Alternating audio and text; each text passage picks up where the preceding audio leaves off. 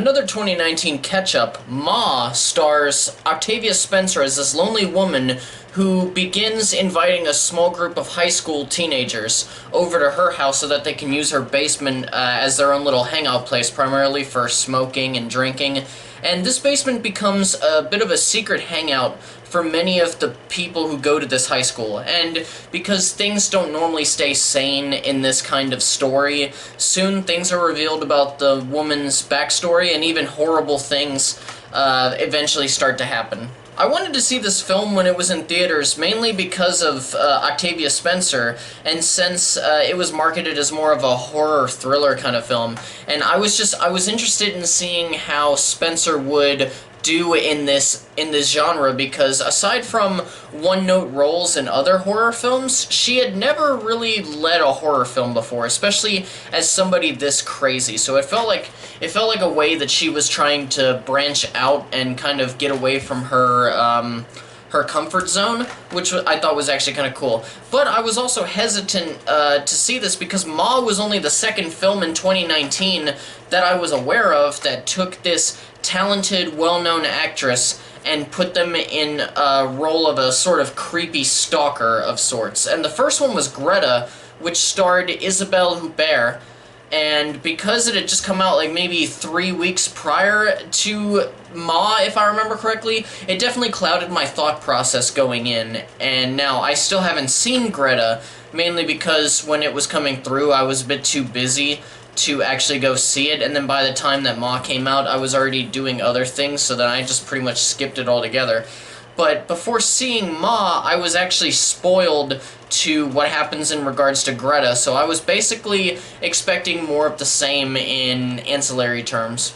Before I get into my thoughts on the film, I first want to remind you guys to hit that like button, and also to hit that subscribe button, especially if you are not already a subscriber. And the short disclaimer that I always do for those of you who are new here, I use a pro and con list for my setups with my reviews, and usually I don't keep the sections separate, but sometimes I do. I don't know, we'll end up seeing what happens after the overall product emerges as we go through this together. Now, let's get into my review of 2019's Ma.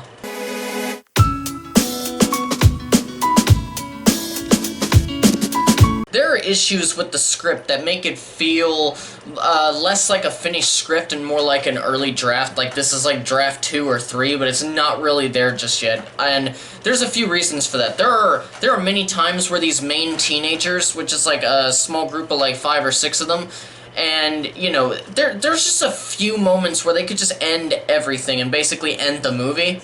But to acknowledge that would end the film, so then the writers are kind of have written themselves into a corner, and they have to naturally prolong the story without giving good reason in the first place. In The Invisible Man earlier this year, I complained that if they had focused on the fact that CCTV systems existed, and just cameras in general, then the film would have ended... Okay, sorry. If they had focused on CCTV systems, the film would have ended much earlier. Actually, I'm gonna go ahead and silence this just in case. Yeah, I should have already done that before. Yeah. You guys get to see me be stupid for once. Even though I do it in every single video. Anyway, getting off of the Invisible Man thing.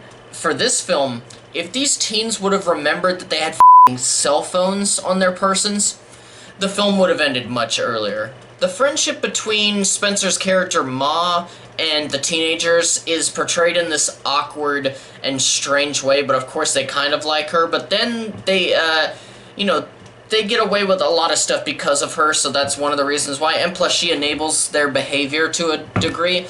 But when they start to begin to not like her, instead of really trying to break ties with Ma, these characters are confined within the way that the writers have set up everything, and there's nowhere really to go, so even though they're like not comfortable with her, they just keep doing the same stuff, which gets boring and it doesn't feel realistic at all. And also, we're let in on some very big secrets early on involving Ma's backstory, sometimes as early as the second act. And for a film that relies on the mystery surrounding a character, when it's revealed too early on, or maybe just that there isn't much of a reveal, when this happens, it makes the film even less enjoyable.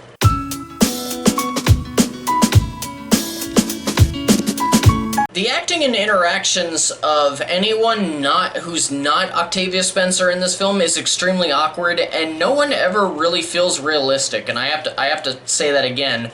There's nothing really realistic as far as like human logic goes in this movie. And you also get the sense of that because you get the sense that no one on set, like just the actors, not even taking into account like when they're performing or anything, you get the sense that no one actually felt comfortable ever on the set, which also makes everything come across as jarring.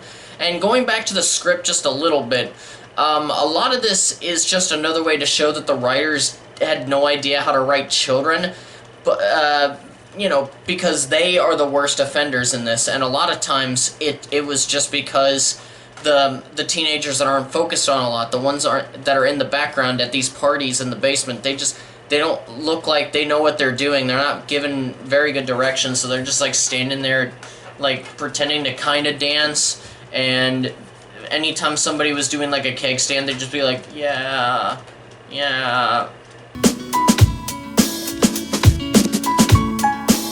This film has no guts whatsoever, and I'm talking about like figuratively and literally. Many times they actually could have gone hard with the horrifying that happens, but most of the time they don't really focus on it.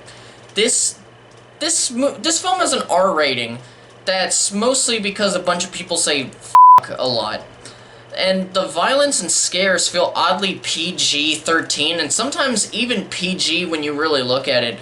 And not every film needs to go hard on such things with like blood and gore and just have a visceral nature. Not every single one does. But this was obviously a film that was worthy of going balls to the wall on.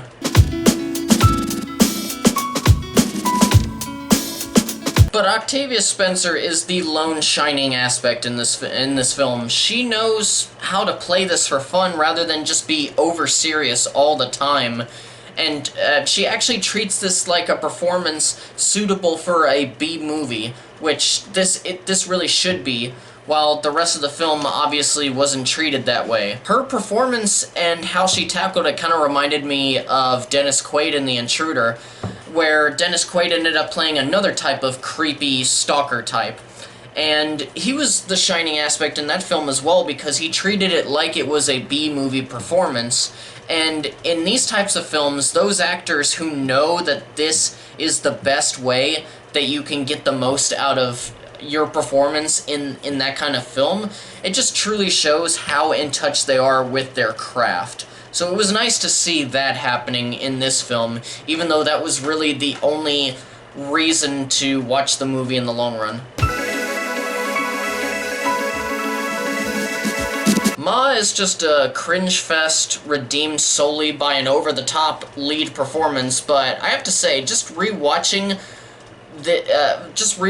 Ma in a setting where I could easily pause or just turn off the movie in general, I was very tempted at times while rewatching it just to scrap this review and move on, but I stuck out, and I'm semi-proud of myself. I wish I could have said that this film was more of a so bad it's funny sort of film, like in that variety, and it kind of is in a way, but the overall awkward nature of this overall product just makes it to where I can't even recommend it in the sense where, you know, it can be pretty much viewed in that sense of it's so bad it's funny. So I recommend trying it out as long as you don't have to pay money for it on top of the monthly payments you pay for things like Netflix and Hulu. I honestly didn't look at where it was. I ended up renting it.